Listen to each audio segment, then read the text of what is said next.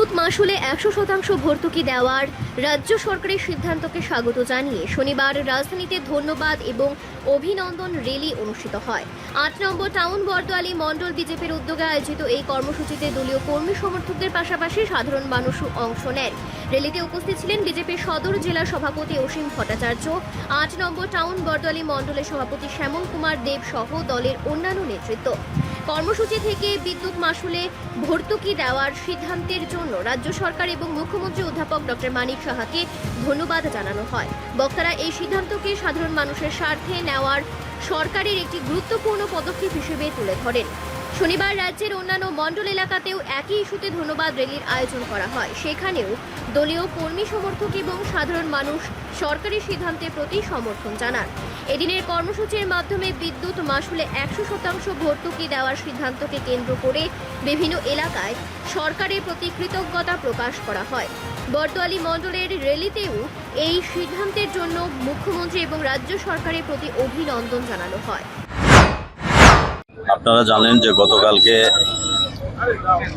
আমাদের রাজ্যের প্রিয় মুখ্যমন্ত্রী প্রফেসর ডক্টর মানিক সাহা মহোদয়ের নেতৃত্বে গতকালকের ক্যাবিনেট মিটিংয়ের যে সিদ্ধান্ত, আপনারা জানেন যে গত কিছুদিন ধরে বিদ্যুৎ মাশুল নিয়ে ত্রিপুরা রাজ্যের মানুষের মধ্যে একটা বিভ্রান্তি ছড়িয়েছে এবং সেটাকে বিভিন্নভাবে বিরোধী দল বিভিন্ন কায়দায় সেটাকে আমাদের সরকারকে কালিমা লিপ্ত করার চেষ্টা করছে।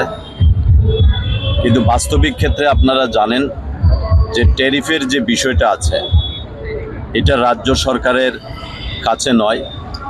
ট্যারিফের সম্পূর্ণ বিষয়টা ত্রিপুরা ইলেকট্রিসিটি রিয়েল এস্টেট কমিশনের হাতে, অর্থাৎ যেটা জুডিশিয়াল একটা কমিটি আছে সেখানে নির্ধারিত হয়।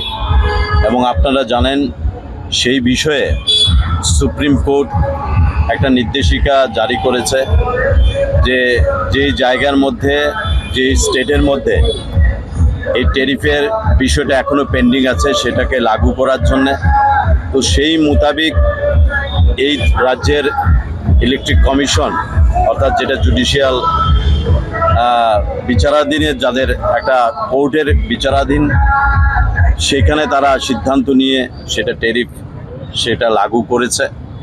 আমাদের ভারতীয় জনতা পার্টির সরকার 2019 থেকে 2026 পর্যন্ত এই রাজ্যের যারা 10 লক্ষ ভোক্তা আছে, যাদের বাড়িতে ইলেকট্রিসিটি আছে, সেই জায়গায় আমাদের সরকারের আমলে বিদ্যুৎ মাশুল বাড়ানো হয়নি, ট্যারিফ লাগানো হয়।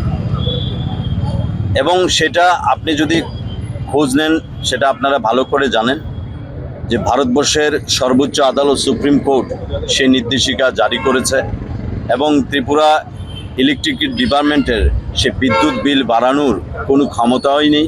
সেই জায়গায় দাঁড়িয়ে আমাদের রাজ্যের প্রিয় মুখ্যমন্ত্রী প্রফেসর ডক্টর মানিক সাহা মহোদয় এবং ডিপার্টমেন্টের যিনি মন্ত্রী আছেন, বরিষ্ঠ নেতৃত্ব রতনলাল নাথ মহোদয় বুঝতে পারছেন যে ত্রিপুরার সাধারণ মানুষের এটা কষ্ট হবে।